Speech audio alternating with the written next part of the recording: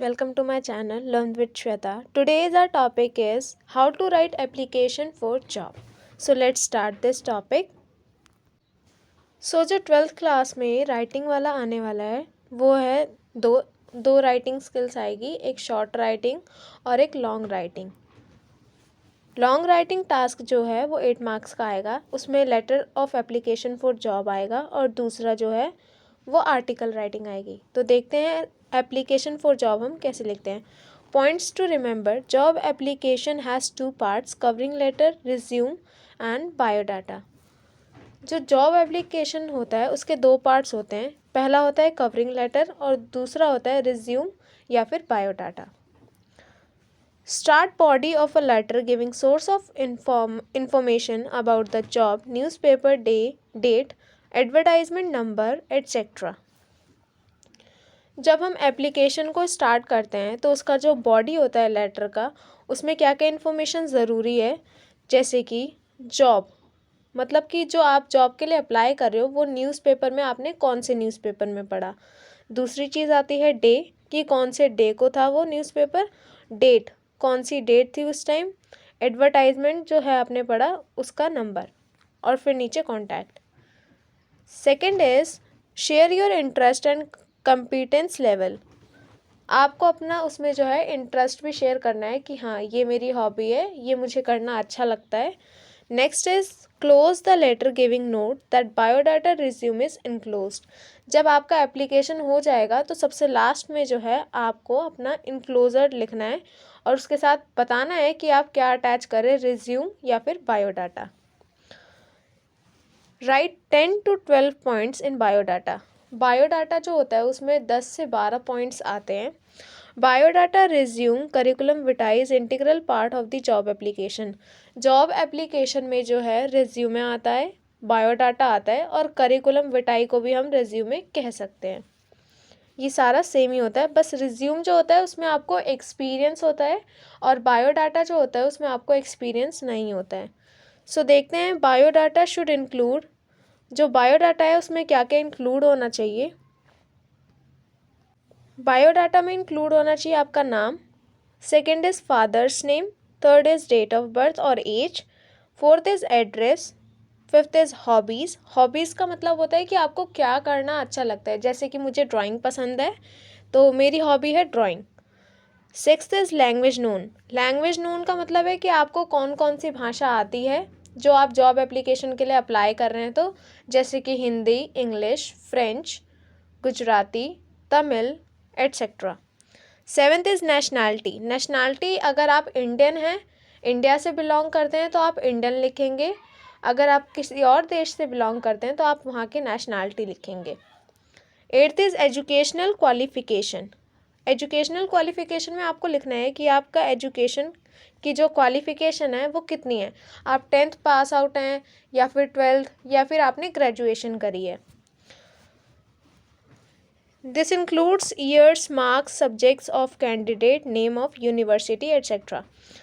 इसमें जो educational qualification है ये इंक्लूड करता है आपने कौन से ईयर में करी थी, आपके कितने मार्क्स आए थे और सब्जेक्ट कौन सा है, और अगर आप ग्रेजुएट हैं तो कौन सी यूनिवर्सिटी से ग्रेजुएट है। नाइन्थ जो है वो है प्रोफेशनल क्वालिफ़िकेशन। प्रोफेशनल क्वालिफ़िकेशन मतलब कि आपने, जैसे कि आपका एग्जांपल ले लीजिए कि आपने कंप्यूटर में डिप्लोमा करा है, तो ये जो है आपका ये प्रोफेशनल क्वालिफ़िकेशन हुआ। 10th जो आता है वो आता है आपका एक्सपीरियंस। एक्सपीरियंस मतलब कि जिस जॉब के लिए आप अप्लाई कर रहे हैं, जैसे कि आप किसी होटल मैनेजमेंट के लिए अप्लाई कर रहे हैं या रिसेप्शनिस्ट के लिए अप्लाई कर रहे हैं, तो अगर आपने रिसेप्शनिस्ट का जॉब कहीं और कर रखा है उससे पहले तो वो आपका एक्सपीरियंस आएगा कि हाँ मैंने इस कंपनी में जॉब करा है, इतने साल तक करा है। I hope this is clear to all. 11th is salary expected. Salary expected में बेसिकली आपको सैलरी नहीं लिखनी है, इसमें आप लिखेंगे नेगोशिएबल, मतलब कि हम आपस में बातचीत करके जितना भी सैलरी होगा वो हम देख लेंगे। 11th is salary expected, 12th is reference, at least 2 references। Reference में यानी कि आप किसके थ्रू उस जॉब के लिए अप्लाई कर रहे हैं वो आता है, इसमें आप किसी का भी नाम लिख सकते हैं, उसमें आपको 2 रेफरेंस लिखनी है जिसमें कि आप उसकी पोस्ट लिखेंगे और स्कूल का नाम, अगर वो स्कूल के टीचर हैं आपके तो अपने टीचर का नाम मत लिखिएगा, ऐसे ही कोई सा भी नाम आप लिख दीजिएगा। एक क्वेश्चन है, देखते हैं, आइए देखते हैं कि कैसे करेंगे हम उसे सॉल्व। यू आर आनंद और Aarti of Model Town 14 Delhi. You have seen an advertisement in the Hindu for the post of chief chef in a 5-star hotel. Apply for the job with complete biodata. Write in 125 words to 150. अब देखिए इसमें क्या बोला है, आप आनंद या आरती हैं, 14 model town Delhi. इसमें आपको एड्रेस दे दिया गया है तो आप अपना एड्रेस लिखेंगे, ठीक है। You have seen an advertisement in the Hindu. अब इसमें एडवर्टाइजमेंट यानी कि जहाँ आपने एडवर्टाइजमेंट वो देखा वो भी आपको नाम दे दिया गया है कि आपने दी हिंदू में ये एडवर्टाइजमेंट देखा। इसकी पोस्ट क्या है, चीफ शेफ, शेफ़ की है ये, और 5-स्टार होटल की है। Apply for the job with complete biodata. आपको इसमें क्या लिखना है, बायोडाटा लिखना है। तो देखिए उसे कैसे सॉल्व करा गया है।